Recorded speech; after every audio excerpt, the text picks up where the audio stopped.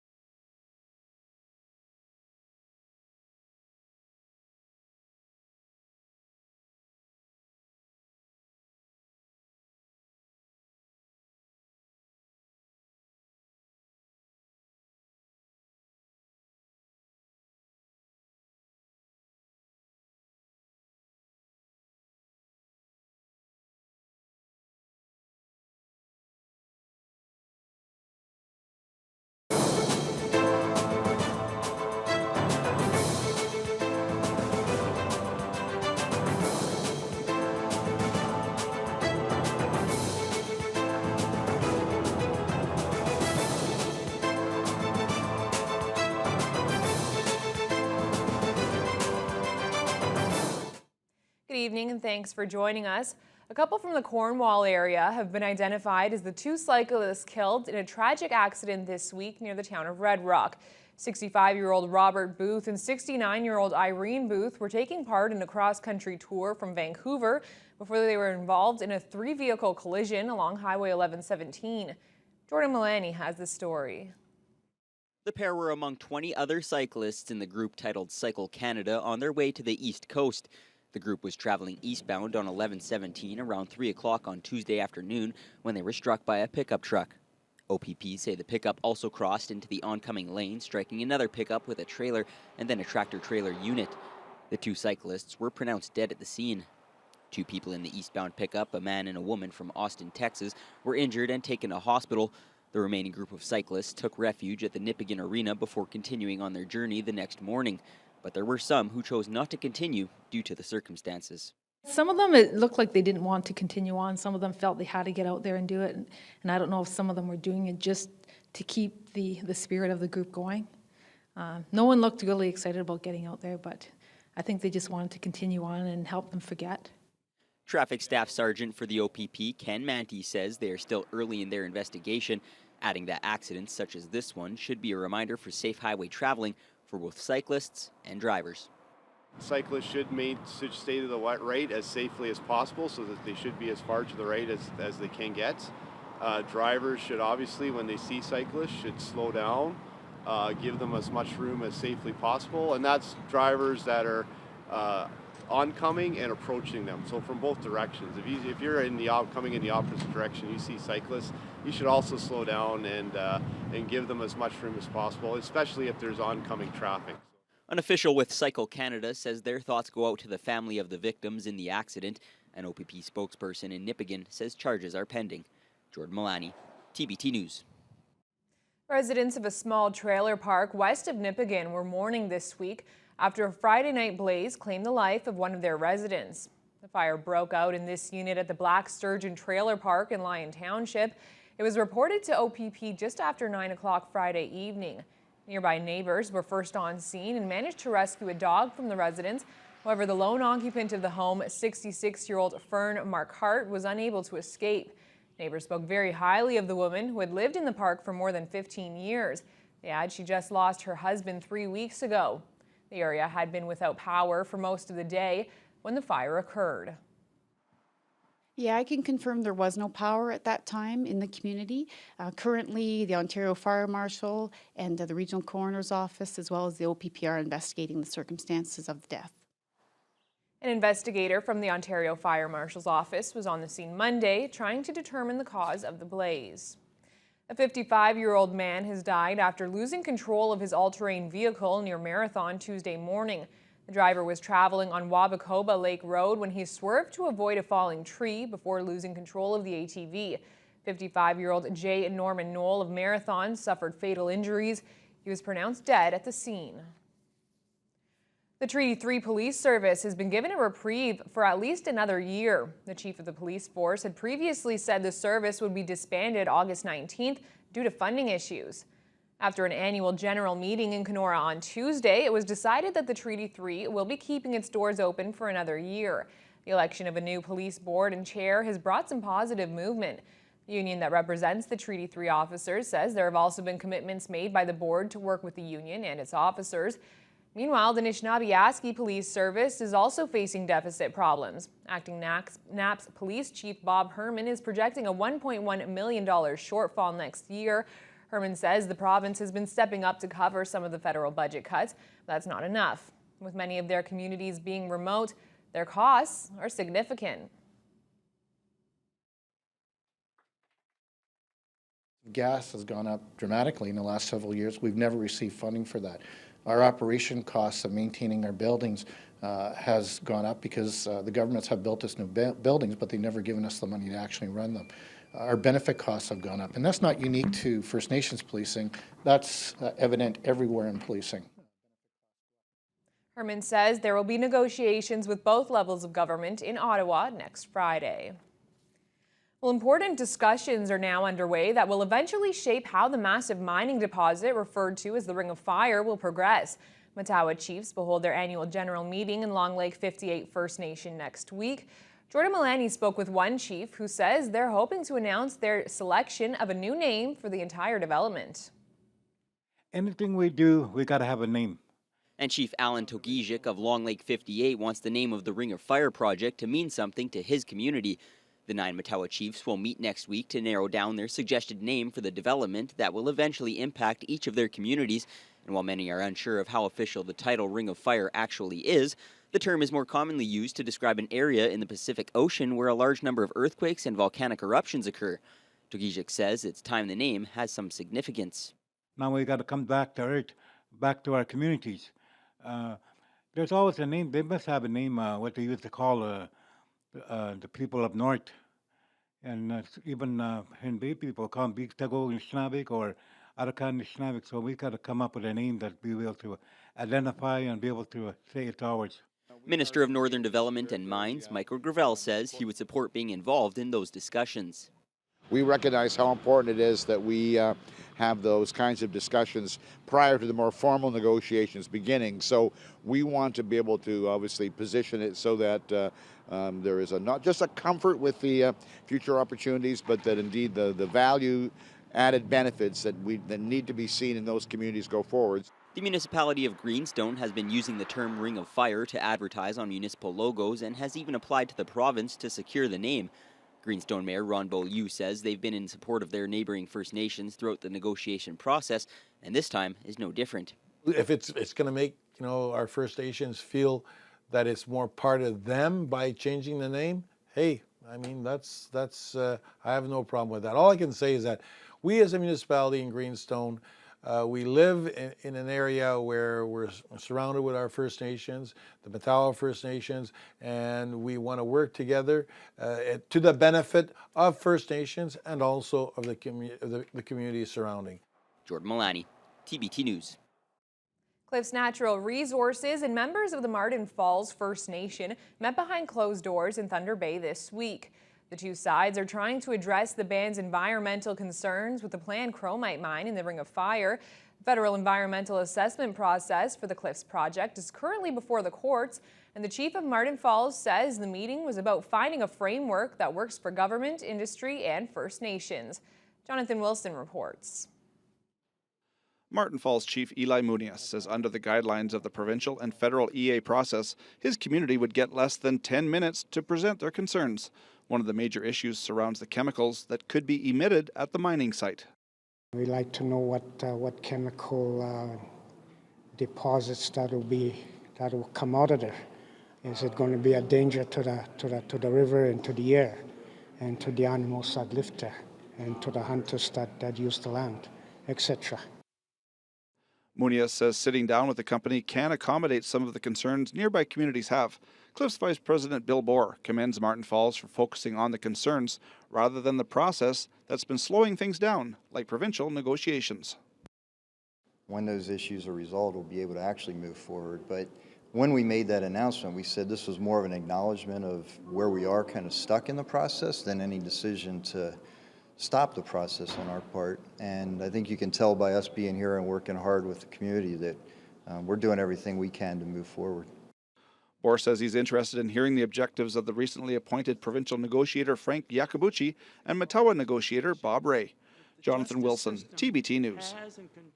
And stay with us after the break. It took 15 hours of negotiations, but Dalico Anishinaabeg Family Care and the CEP Union reached a tentative agreement this week.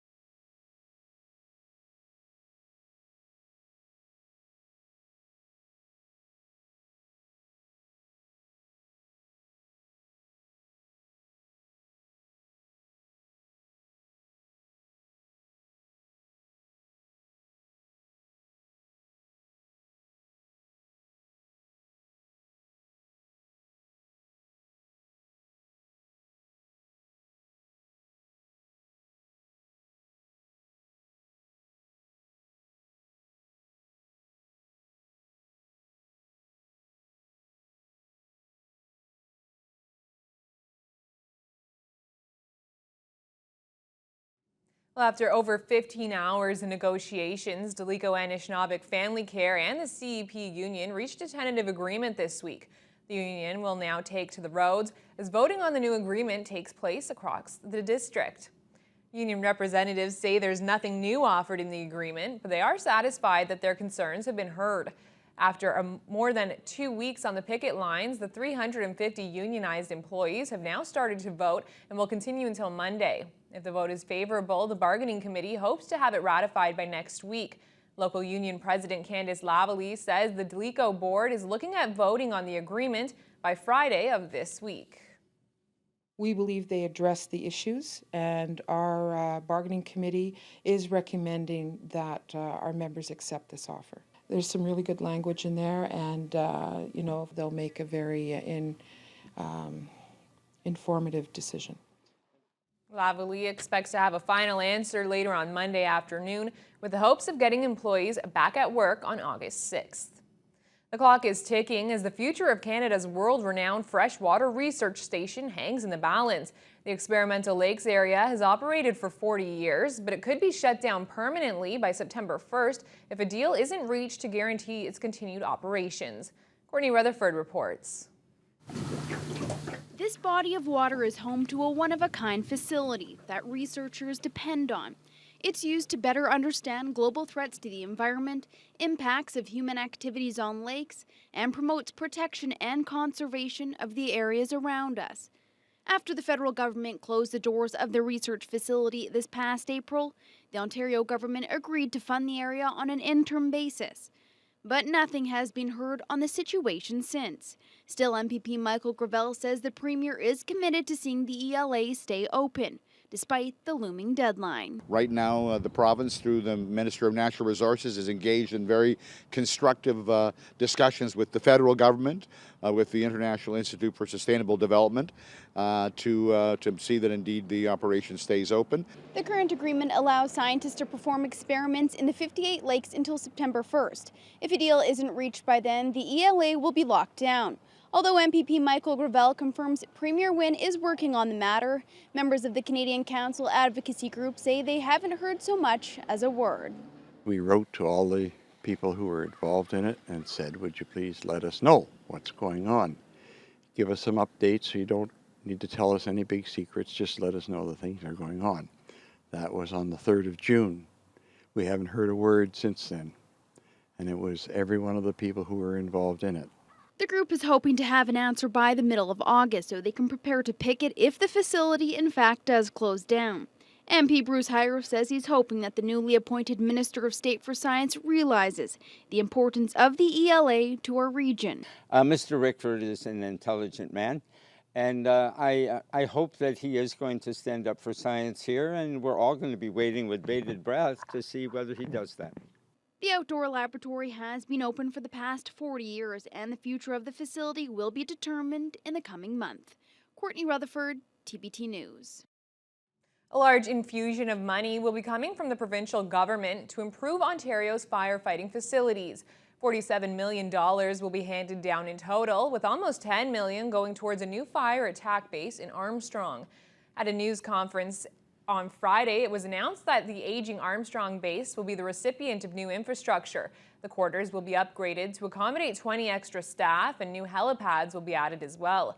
Other additions will include a new warehouse and backup generator. Sudbury will be receiving $25 million for firefighting infrastructure and renovations to its fire management center, while just over $12 million will be going to Haliburton to build a new fire management headquarters. Response and Operations Manager Dave Cleveley says the upgrades to the Armstrong base are greatly needed. So Armstrong has always been a very strategic location. The facilities that are presently there are 50 years old or more. They're old, they're decrepit. It's costing us a lot of money to keep them up and keep them up to today's safety standards. This is really about making sure that there are the facilities in place that allow them to respond and in the way that they need to, and also to be able to provide the kind of accommodations they need to be able to do that, and the kind of equipment that they need to be able to do it as well. Construction at the Armstrong base is expected to begin within the next couple of weeks. Completion of the project is slated for fall of next year.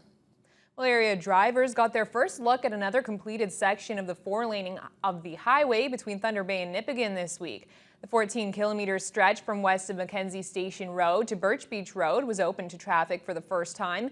There's still a lot of construction to take place before the total 104-kilometer stretch is completely 4-laned.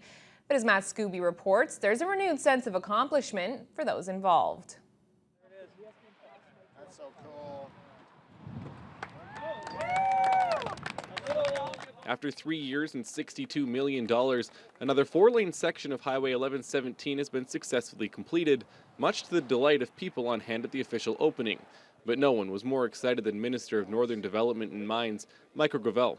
Obviously a dream project. When I first got elected in 1995, I began talking about how I felt we deserved to have a 4-lane highway between Thunder Bay and Nipigon, and indeed that dream is coming true. This section is the second of 13 that will make up the entire stretch from Thunder Bay to Nipigon. Gravel says the purpose is twofold. The safety factor is really the big one. There's no question that 4-lane highways are safer. They certainly flow the traffic more safely, and that's important. And from an economic point of view, it helps move our goods and services better. It makes it more attractive for people to come through Thunder Bay and obviously parts of Northern Ontario. Regional Commander of the Northwest Region for the OPP, Ron Van Stralen, agrees with the safety part, especially when it comes to dealing with accidents. With the 2-lane highway, it's very difficult, especially in Northern Ontario, to get people rerouted. So you got a lot of people waiting, frustration, and dangerous situations. So when you're talking about a stretch of highway like this, it's a real boon to us in particular to be able to facilitate the flow of traffic and make sure that people get to where they got to get in a safe manner. Gus Chiarello is a senior operations manager for Bott Construction, the company who built the new section of highway. He says it's been a lot of work, but they're proud to be finished, and they couldn't have done it without the help of residents along the way. We came in here, we had issues with access. We couldn't access because the highway's in the back, the old highway's down further. People gave us, let us use their property to access the property, to access our work site, which made it a lot easier for us. They've been great. But construction has also begun the expansion of the Nipigon River Bridge, another 13-kilometer section of four-laning between Highway 527 and Mackenzie is expected to be complete by 2015. Gravel also announced that $513 million will be invested into the Northern Highways program for the 2013-2014 construction season. 29 of those projects are in northwestern Ontario. Matt Scooby, TBT News. Coming up after the break, North Shore marinas are hoping to save their boating seasons after closing this summer to upgrade their gas pumps.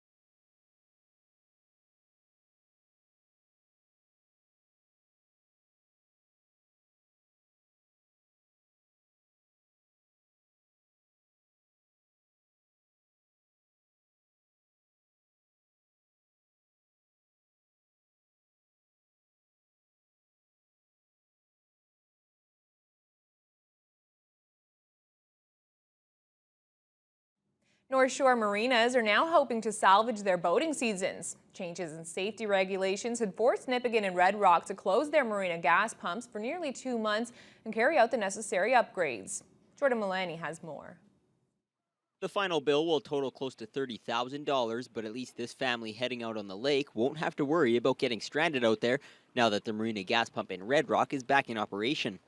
Earlier this summer, marina pumps along the North Shore were condemned due to not being up to new safety standards set by the Technical Standards and Safety Authority. Rossport, Nipigon, and Red Rock were all affected in the process. Now, 2 months later, and well into the tourist season, Red Rock Mayor Gary Nelson says things are finally getting back to normal. Yeah, we have the pumps back in. A little bit of makeup work to do around the outside of the pump, put the bricks back in and clean up here a little bit. But yeah, we're back in full swing down here. And for a lot of the people around the town here that don't know this, we do have propane too for barbecues, exchange bottles. But yeah, everything's going pretty good here again. Rossport officials have stated that they will continue to offer services such as docking, hydro, and more for the rest of the season. However, gas will not be one of them. With a new location well off the newly built wharf, Nipigon's pump is also back up and running. Mayor Richard Harvey says the final cost for the changes will likely total more than $10,000, which they were able to make room for within their marina budget. He adds that they've now addressed the issue and just hope for more notice in the future. Obviously, our greatest concern is we want to make sure both safety for both employees and people who are using the facilities, who are refueling there, but also the environmental safety. We want to make sure that we're addressing all those issues, so we're happy to have done so. And hopefully we'll have a better relationship as we move on. We'll be able to have these discussions and be given opportunity in future times to rectify situations in advance of inspections such as this. The Red Rock Marina Services Building will hold its official grand opening on August 9th, kicking off the weekend-long Live from the Rock Folk Festival. Jordan Mullaney, TBT News. Well, more than 100 cats is a lot for anyone to handle, but a shelter in the Dryden area is getting along just fine now that it has a new location. Dennis Ward has the details. But the majority of our animals are here now, all under one roof, so it's kind of a nice feeling. Trevor, too, has been taking cats and dogs in the Dryden area under his care for about 5 years now. Many he would house at his own home. Others were put up in a building Second Chance Pet Network operated in the downtown. But after winning a big $100,000 contest put on by Pepsi, the operation was able to expand to a new facility just outside of the city. We had an older building downtown, and we had a lot of animals at our place. And it worked out all right. Like, we had growing pains there, but while this was being built, because it's all donated money, and it's taking a long time to get it. It's a very valuable piece of property now, but home for lots of animals. The shelter currently has about 120 animals on site. They try to adopt out as many as possible, but there's more animals than people who want them. But those who run the new shelter say the cats and dogs are in a much better mood in the new location. I think that with the lights and the wind blowing through the windows every once in a while, and the animals are more content, they sleep better at night, they're happier, they're easier to handle. I think they just love it all the way around. The 39 acres of land also lends itself for a great time for the dogs under the network's care. The group is operating a boarding kennel at the new site as well. Dennis Ward, TBT News. Well, a group of walkers arrived in Thunder Bay this week. The Tears for Justice group is walking across Canada to draw attention to the hundreds of missing and murdered women on the Highway of Tears and across the nation. The not-for-profit group called Tears for Justice consists of family members who have lost their loved ones, social activists, and grassroots volunteers. The 13 walkers have come together to bring justice to the many missing and murdered Canadians and for the families still dealing with the effects. Our goal is to fight for the families and be a voice for the families for a national action plan to eliminate violence against women and children throughout the country. Among the walkers is Thunder Bay's Sharon Johnson, the co-founder of the Full Moon Memory Walk. She says this cause is in her heart. Sharon's sister Sandra was brutally murdered on February 13, 1992. The case is still unsolved. Sharon hopes events like these will prevent the grave injustices families like hers have had to deal with. I would like to see a break in the case, of course, that's what we all hope for. But unfortunately, it's not like that, and that's why I think every little bit helps, every little awareness event that I can participate in and help out with. The Tears for Justice walkers left Sydney, Nova Scotia on June 21st.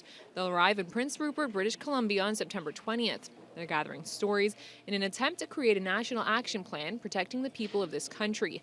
More information can be found on the Tears for Justice Facebook page. That's all the time that we have for this edition of Northwest Newsweek. Thanks for watching. Take care.